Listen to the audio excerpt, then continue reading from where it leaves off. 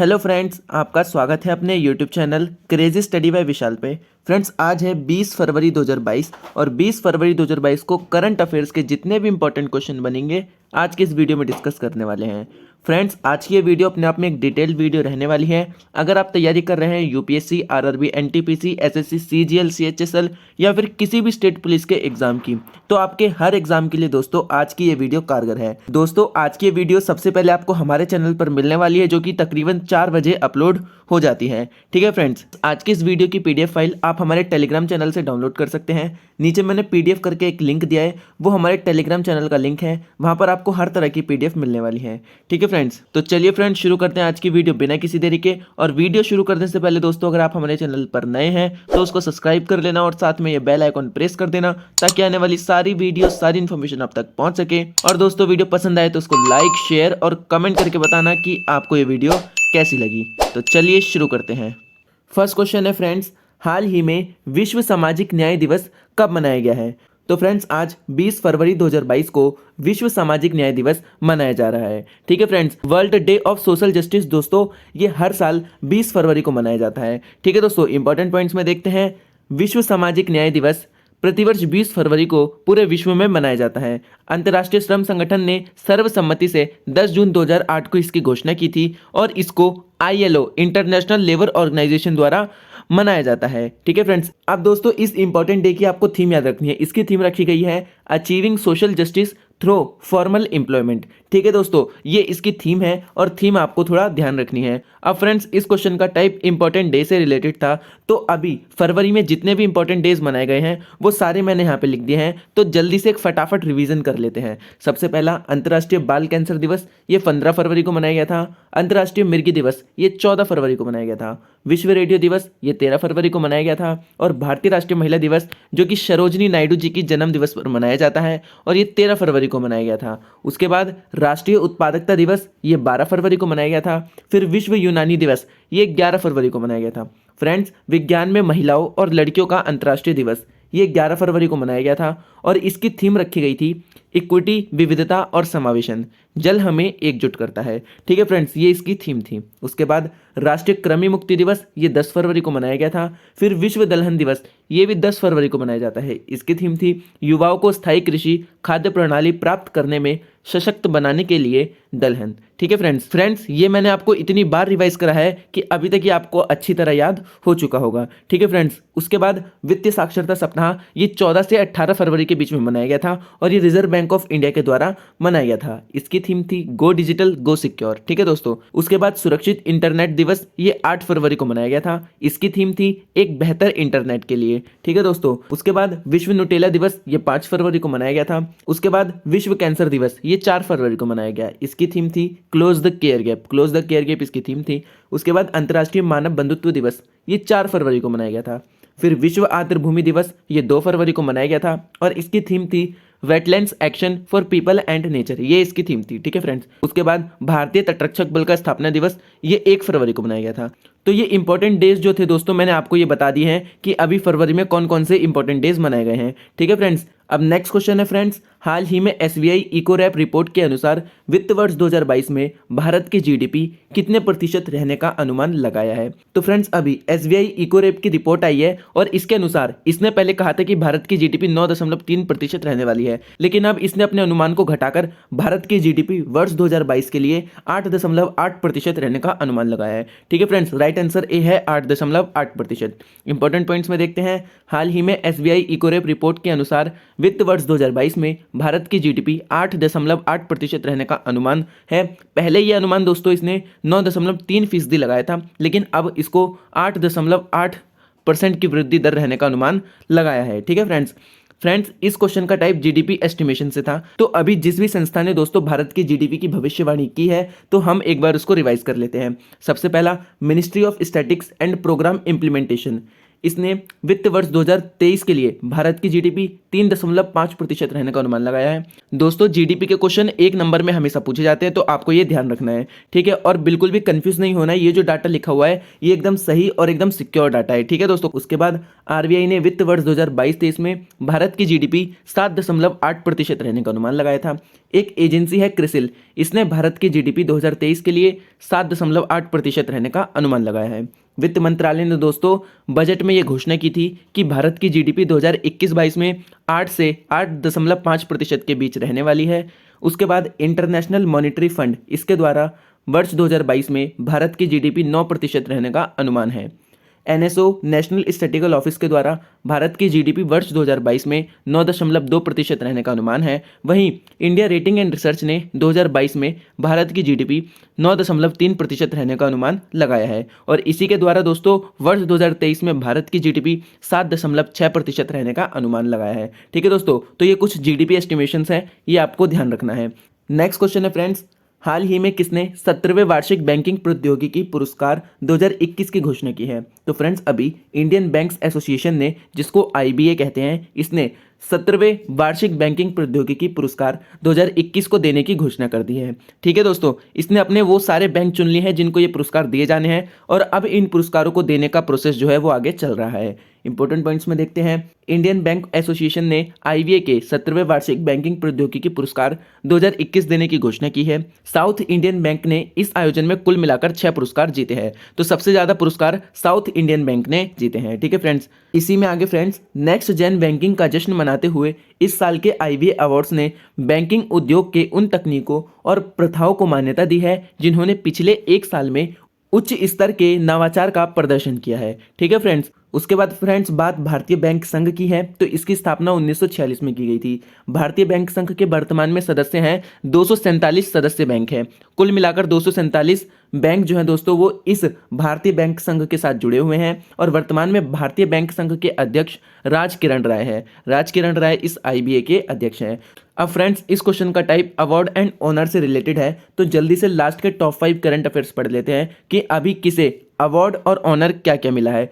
सबसे पहला friends, senior national volleyball championship 2021-22 ये हरियाणा और केरल राज्य ने जीत ली है, ठीक है। उसके बाद under water photographer of the year 2022 का पुरस्कार राफेल फर्नांडिज को दिया गया है। आईसीएआई का गोल्ड शील्ड अवार्ड ये गेल इंडिया लिमिटेड को दिया गया है। उसके बाद 18वां स्वर्गीय माधवराव लिमय पुरस्कार ये सड़क व राजमार्ग परिवहन मंत्री नितिन गडकरी को दिया गया है। उसके बाद ICC spirit of cricket award 2021 ये डेरियल मिशेल को दिया गया है, ठीक है फ्रेंड्स। तो इतने जो है आपको अवार्ड एंड ऑनर के बारे में ध्यान रखना है। नेक्स्ट क्वेश्चन है फ्रेंड्स, हाल ही में कहाँ करियर काउंसलिंग वर्कशॉप परामर्श 2022 का शुभारंभ हुआ है? तो फ्रेंड्स अभी राजस्थान के बीकानेर में करियर काउंसलिंग वर्कशॉप परामर्श 2022 का उद्घाटन किया गया है, ठीक है फ्रेंड्स। राइट आंसर ए है बीकानेर। इंपॉर्टेंट पॉइंट्स में देखते हैं, संस्कृति और संसदीय मामलों के राज्य मंत्री अर्जुन राम मेघवाल ने राजस्थान में बीकानेर जिले क्षेत्र के छात्रों के लिए एक मेगा करियर काउंसलिंग वर्कशॉप परामर्श 2022 शुरू किया है, ठीक है दोस्तों। इसी में आगे फ्रेंड्स इस कार्यशाला में बीकानेर जिले के हजारों निजी और सरकारी स्कूलों और मुख्य रूप से ग्रामीण क्षेत्रों के 1 लाख से अधिक छात्रों ने भाग लिया था। यह भारत में इस तरह की पहली घटना है कि एक कार्यशाला में 1 लाख से अधिक छात्रों ने करियर काउंसलिंग में भाग लिया है, ठीक है फ्रेंड्स। अब बात राजस्थान की है, तो राजस्थान की राजधानी जयपुर है। इसकी स्थापना 30 मार्च 1949 में की गई थी। यहाँ के मुख्यमंत्री अशोक गहलोत है और यहाँ के गवर्नर कलराज मिश्रा हैं, तो इतना आपको ध्यान रखना है। नेक्स्ट क्वेश्चन है फ्रेंड्स, हाल ही में किसने दिल्ली पुलिस का सशस्त्र ऐप और smart card arms licence launch किया है? तो फ्रेंड्स अभी वर्तमान में हमारे गृह मंत्री हैं अमित शाह, इन्होंने दिल्ली पुलिस का सशस्त्र ऐप और स्मार्ट कार्ड आर्म्स लाइसेंस इसको जो है अभी लॉन्च कर दिया है, ठीक है फ्रेंड्स। राइट आंसर भी है अमित शाह। इंपॉर्टेंट पॉइंट्स में जानते हैं, केंद्रीय गृह मंत्री अमित शाह ने राष्ट्रीय राजधानी के नागरिकों को तकनीकी अनुकूलन डिजिटल सेवाएं प्रदान करने के लिए दिल्ली पुलिस की 75वीं वर्षगांठ के अवसर पर दिल्ली पुलिस का स्मार्ट कार्ड लाइसेंस और सशस्त्र ऐप लॉन्च किया है, ठीक है फ्रेंड्स। दिल्ली पुलिस के अनुसार अंतर्निहित सुरक्षा सुविधाओं वाले स्मार्ट कार्ड को ले जाना और संभालना आसान है। आर्म्स लाइसेंस धारकों के डेटा के सत्यापन के बाद कार्ड को इन हाउस प्रिंट किया जा सकता है, ठीक है फ्रेंड्स। तो इस कार्ड को दोस्तों आप आधार कार्ड की तरह जो है घर में निकाल सकते हैं, ठीक है फ्रेंड्स। नेक्स्ट क्वेश्चन है फ्रेंड्स, हाल ही में सुरजीत सेन गुप्ता का निधन हुआ है, वह कौन थे? तो फ्रेंड्स एक दिग्गज फुटबॉल खिलाड़ी थे सुरजीत सेनगुप्ता और अभी इनका निधन हो गया है। ठीक है फ्रेंड्स, इंपॉर्टेंट पॉइंट्स में देखते हैं। मिडफील्डर के रूप में खेलने वाले भारत के पूर्व फुटबॉलर सुरजीत सेनगुप्ता का कोविड-19 जटिलताओं के कारण निधन हो गया है। वह 71 वर्ष के थे। दोस्तों क्लब स्तर पर सेनगुप्ता कोलकाता के 3 बड़े क्लब जिसमें मोहन बागान, ईस्ट बंगाल और मोहम्मडन रिपोर्टिंग, इन 3 क्लब से जुड़े हुए थे। दोस्तों इन्होंने बैंकॉक में आयोजित 1970 एशियाई खेलों में कांस्य पदक जीतने वाली भारतीय टीम का हिस्सा रह चुके थे। ठीक है दोस्तों, फ्रेंड्स इस क्वेश्चन का टाइप डेट से रिलेटेड था कि अभी किसकी मृत्यु हुई है और वह किस क्षेत्र से संबंधित है। तो अभी जल्दी से रिवीजन कर लेते हैं कि हाल ही में किसकी मृत्यु हुई है और वह किस क्षेत्र से संबंधित है। कल मैंने आपको बताया था चन्नवीरा कानवे का निधन हुआ है, जो कि एक दिग्गज लेखक व कवि थे। बप्पी लहरी का निधन हुआ है, ये एक गायक थे। राहुल बजाज का निधन हुआ है, जो कि बजाज समूह के पूर्व चेयरमैन और दिग्गज उद्योगपति थे। ठीक है फ्रेंड्स, उसके बाद आर राजा मोहन का निधन हुआ है, ये एक खगोल शास्त्री थे। और लता मंगेशकर जी का निधन हुआ है, जो कि एक गायक थी। तो इतना आपको ध्यान रखना है। नेक्स्ट क्वेश्चन है फ्रेंड्स, हाल ही में विश्व पेंगोलियन दिवस 2022 कब मनाया गया है। तो फ्रेंड्स अभी 19 फरवरी को विश्व पेंगोलियन दिवस 2022 मनाया गया है। दोस्तों विश्व भर में पेंगोलियनों की संख्या घटती जा रही है और इसी के संरक्षण व जागरूक करने के लिए हर साल फरवरी के तीसरे शनिवार को ये विश्व पेंगोलियन दिवस मनाया जाता है। इंपॉर्टेंट पॉइंट्स में देखते हैं। हर साल फरवरी के तीसरे शनिवार को विश्व पेंगोलियन दिवस के रूप में मनाया जाता है। 2022 में वार्षिक विश्व पेंगोलियन दिवस 19 फरवरी 2022 को मनाया जा रहा है। यह इस वर्ष का 11वां संस्करण है। ठीक है फ्रेंड्स, इस दिन को मनाने का उद्देश्य है इन अद्वितीय स्तनधारियों के बारे में जागरूकता बढ़ाना और संरक्षण के प्रयासों को गति देना है। पेंगोलियनों की संख्या एशिया और अफ्रीका में तेजी से घट रही है। ठीक है फ्रेंड्स, नेक्स्ट क्वेश्चन है, हाल ही में भारत की यूपीआई प्रणाली को अपनाने वाला पहला देश कौन बना है। तो फ्रेंड्स अभी नेपाल जो है वो भारत की यूपीआई प्रणाली को अपनाने वाला पहला देश बनने वाला है। ठीक है दोस्तों, जैसे भारत में यूपीआई चलती है ऐसी अब नेपाल में भी भारत के जैसी ही यूपीआई चलने वाली है। ठीक है फ्रेंड्स, इंपॉर्टेंट पॉइंट्स में देखते हैं। नेपाल भारत की यूपीआई प्रणाली को अपनाने वाला पहला देश होगा जो पड़ोसी देश भारतीय राष्ट्रीय भुगतान निगम, जिसको एनपीसीआई कहते हैं, की डिजिटल अर्थव्यवस्था को बदलने में महत्वपूर्ण भूमिका निभाने वाला है। ठीक है दोस्तों, तो ये जो एनपीसीआई है, एनपीसीआई दोस्तों नेपाल में यूपीआई प्रणाली को शुरू करने वाला है। ठीक है दोस्तों, यह सहयोग नेपाल में बड़े डिजिटल सार्वजनिक हित में काम करेगा और पड़ोसी देश में interoperable real time person to person और पर्सन टू मर्चेंट लेन देन को बढ़ावा देगा। ठीक है दोस्तों, अब बात नेपाल की है तो नेपाल की राजधानी काठमांडू है। नेपाल की मुद्रा नेपाली रुपया है। नेपाल के राष्ट्रपति वर्तमान में विद्या देवी भंडारी है और वर्तमान में नेपाल के प्रधानमंत्री शेर बहादुर देउबा है। शेर बहादुर देउबा यहाँ के प्रधानमंत्री है। ठीक है फ्रेंड्स, नेक्स्ट क्वेश्चन है फ्रेंड्स, हाल ही में आर्थिक विकास संस्थान के नए निदेशक कौन बने हैं। तो फ्रेंड्स अभी चेतन घाटे दोस्तों जो हैं वो आर्थिक विकास संस्थान के नए निदेशक बन गए हैं। राइट आंसर सी है। इंपॉर्टेंट पॉइंट्स में देखते हैं। आर्थिक विकास संस्थान ने अजीत मिश्रा के स्थान पर चेतन घाटे को नया निदेशक नियुक्त किया है। वह 2016 से 20 के बीच भारतीय रिजर्व बैंक की पहली मौद्रिक नीति समिति के सदस्य भी थे।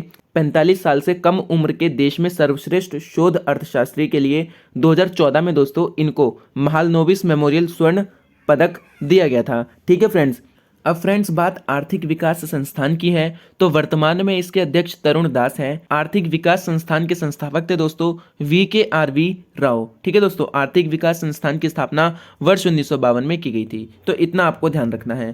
फ्रेंड्स इस क्वेश्चन का टाइप न्यू प्लेसमेंट से रिलेटेड था, तो जल्दी से टॉप 5 करंट अफेयर की रिवीजन पढ़ लेते हैं कि हाल ही में किसे क्या नियुक्त किया गया है। सबसे पहला, भारत के पहले राष्ट्रीय समुद्री सुरक्षा समन्वयक जीश कुमार को नियुक्त किया गया है। उसके बाद table tennis federation of India की संचालन के लिए एक प्रशासक समिति बनाई गई थी जिसकी अध्यक्ष गीता मित्तल को नियुक्त किया गया था। उसके बाद एयर इंडिया के MD व CEO इलकर आईसी को बनाया गया था। ICAI के अध्यक्ष वर्तमान में देवाशीष मित्रा को नियुक्त किया गया था। मद्रास उच्च न्यायालय के चीफ जस्टिस मुनीश्वर नाथ भंडारी को नियुक्त किया गया था और स्टाफ सिलेक्शन कमीशन के अध्यक्ष अभी चेंज किए गए थे जो कि S किशोर कुमार को नियुक्त किया गया था। ठीक है फ्रेंड्स, ये आपको ध्यान रखना है। नेक्स्ट क्वेश्चन है, हाल ही में 7वां मृदा स्वास्थ्य कार्ड दिवस कब मनाया गया है। तो फ्रेंड्स अभी 19 फरवरी को 7वां मृदा स्वास्थ्य कार्ड दिवस मनाया गया है। ठीक है फ्रेंड्स, ये आपको ध्यान रखना है। इंपॉर्टेंट पॉइंट्स में देखते हैं। हर साल मृदा स्वास्थ्य कार्ड योजना के शुभारंभ के उपलक्ष्य में 19 फरवरी को मृदा स्वास्थ्य कार्ड दिवस मनाया जाता है और योजना के लाभों के बारे में जागरूकता पैदा करता है। साल 2022 में सॉइल हेल्थ कार्ड योजना के शुभारंभ का 7वां वर्ष है। ठीक है फ्रेंड्स, वर्ष 2015 में ये शुरू की गई थी और इसका 7वां संस्करण है। इस योजना का उद्देश्य हर 2 साल में सभी किसानों को मृदा स्वास्थ्य कार्ड जारी करना है। प्रधानमंत्री नरेंद्र मोदी ने 19 फरवरी 2015 को राजस्थान के सूरतगढ़ से मृदा स्वास्थ्य कार्ड योजना का शुभारंभ किया था। ठीक है फ्रेंड्स, इतना आपको ध्यान रखना है। नेक्स्ट क्वेश्चन है फ्रेंड्स, हाल ही में भारत के किस शहर में देश की पहली जैव सुरक्षा स्तर 3 मोबाइल प्रयोगशाला शुरू की गई है? तो फ्रेंड्स, अभी महाराष्ट्र के एक शहर नासिक में देश की पहली जैव सुरक्षा स्तर की 3 मोबाइल प्रयोगशाला शुरू की गई है। मोबाइल प्रयोगशाला दोस्तों वो प्रयोगशाला होती है जिसको आप कहीं भी ले जा सकते हैं, जो कि एक बस टाइप में होती है। ठीक है फ्रेंड्स, इंपॉर्टेंट पॉइंट्स में देखते हैं। देश की पहली मोबाइल बायोसेफ्टी लैब का उद्घाटन महाराष्ट्र के नासिक में किया गया है। इसको भारतीय आयुर्विज्ञान अनुसंधान परिषद तथा जैव सुरक्षा उपकरण निर्माता क्लेनजाइट्स के साथ संयुक्त रूप से शुरू किया गया है। ठीक है फ्रेंड्स, अब फ्रेंड्स ये प्रयोगशाला महाराष्ट्र में शुरू की गई है, तो महाराष्ट्र की राजधानी मुंबई है। इसकी स्थापना 1 मई 1960 में की गई थी। वर्तमान में महाराष्ट्र के मुख्यमंत्री उद्धव ठाकरे हैं और यहाँ के गवर्नर भगत सिंह कोश्यारी है। भगत सिंह कोश्यारी यहाँ के गवर्नर हैं। ठीक है फ्रेंड्स, नेक्स्ट क्वेश्चन है फ्रेंड्स, हाल ही में भारत ने किस युद्धपोत से ब्रह्मोस क्रूज मिसाइल का सफल परीक्षण किया है? तो फ्रेंड्स, अभी INS विशाखापट्टनम से भारत ने ब्रह्मोस क्रूज मिसाइल का सफल परीक्षण किया है। ठीक है फ्रेंड्स, ब्रह्मोस क्रूज मिसाइल दोस्तों भारत में निर्मित एक मिसाइल है और इसका अभी एक सफल परीक्षण युद्धपोत से किया गया है, जो कि INS विशाखापट्टनम से किया गया है। इंपॉर्टेंट पॉइंट्स में देखते हैं। भारतीय नौसेना ने अपने युद्धपोत INS विशाखापट्टनम से शुक्रवार को समुद्र में ब्रह्मोस सुपरसोनिक क्रूज मिसाइल का सफल परीक्षण किया है। INS विशाखापट्टनम हाल ही में शामिल हुआ है तथा भारतीय नौसेना का नवीनतम युद्धपोत है। ठीक है फ्रेंड्स, नेक्स्ट क्वेश्चन है फ्रेंड्स, हाल ही में फाइनेंशियल टाइम्स की शीर्ष 100 ग्लोबल MBA रैंकिंग 2022 में किस बिजनेस स्कूल को पहला स्थान मिला है? तो फ्रेंड्स, अभी वाटर्न स्कूल जो कि एक यूनिवर्सिटी है पेंसिल्वेनिया की, तो पेंसिल्वेनिया की एक यूनिवर्सिटी है वाटर्न स्कूल, इसको दोस्तों फाइनेंशियल टाइम्स की 100 ग्लोबल MBA रैंकिंग में शीर्ष स्थान मिला है। ठीक है फ्रेंड्स, ये आपको ध्यान रखना है। इंपॉर्टेंट पॉइंट्स में देखते हैं। हाल ही में आई फाइनेंशियल टाइम्स की शीर्ष 100 ग्लोबल MBA रैंकिंग 2022 में वाटर्न स्कूल यूनिवर्सिटी ऑफ पेंसिल्वेनिया को बिजनेस स्कूल का पहला स्थान हासिल हुआ है। ठीक है फ्रेंड्स, वहीं दूसरा स्थान कोलंबिया बिजनेस स्कूल को मिला है। वहीं इस रैंकिंग में दोस्तों भारत के 4 कॉलेजों को स्थान मिला है। सबसे पहला Indian school of business Hyderabad को 32वां स्थान मिला है। IIM कलकत्ता इसको 68वां स्थान मिला है। IIM अहमदाबाद इसको 62वां स्थान मिला है और IIM बेंगलोर दोस्तों इसको 53वां स्थान मिला है। ठीक है दोस्तों, तो ये कुछ स्थान आपको ध्यान रखने हैं। नेक्स्ट क्वेश्चन है फ्रेंड्स, हाल ही में भारत सरकार ने प्रौढ़ शिक्षा का नाम बदलकर क्या रखने का ऐलान किया है? तो फ्रेंड्स, अभी भारत सरकार ने प्रौढ़ शिक्षा का नाम बदल दिया है और इसको सभी के लिए शिक्षा इस नाम से इंटरचेंज कर दिया है। ठीक है फ्रेंड्स, ये आपको ध्यान रखना है, काफ़ी इंपॉर्टेंट है। इंपॉर्टेंट पॉइंट्स में देखते हैं। हाल ही में भारत सरकार ने प्रौढ़ शिक्षा का नाम बदलकर सभी के लिए शिक्षा रखने का ऐलान किया है। वहीं भारत सरकार ने वित्त वर्ष 2022-27 के लिए प्रौढ़ शिक्षा की एक नई योजना नव भारत साक्षरता कार्यक्रम को मंजूरी दी है, जो कि मैंने आपको कल ही बताया था। ठीक है फ्रेंड्स, तो ये थी फ्रेंड्स आज की 20 फरवरी 2022 के करंट अफेयर की वीडियो। ठीक है दोस्तों वीडियो पसंद आई तो उसको लाइक शेयर और कमेंट करके बताना कि आपको ये वीडियो कैसी लगी, और अभी तक आपने हमारा चैनल सब्सक्राइब नहीं किया है तो उसको सब्सक्राइब कर लेना, ताकि आने वाली सारी वीडियो सारी इन्फॉर्मेशन आप तक पहुंच सके। मिलेंगे नेक्स्ट वीडियो में। जय हिंद दोस्तों।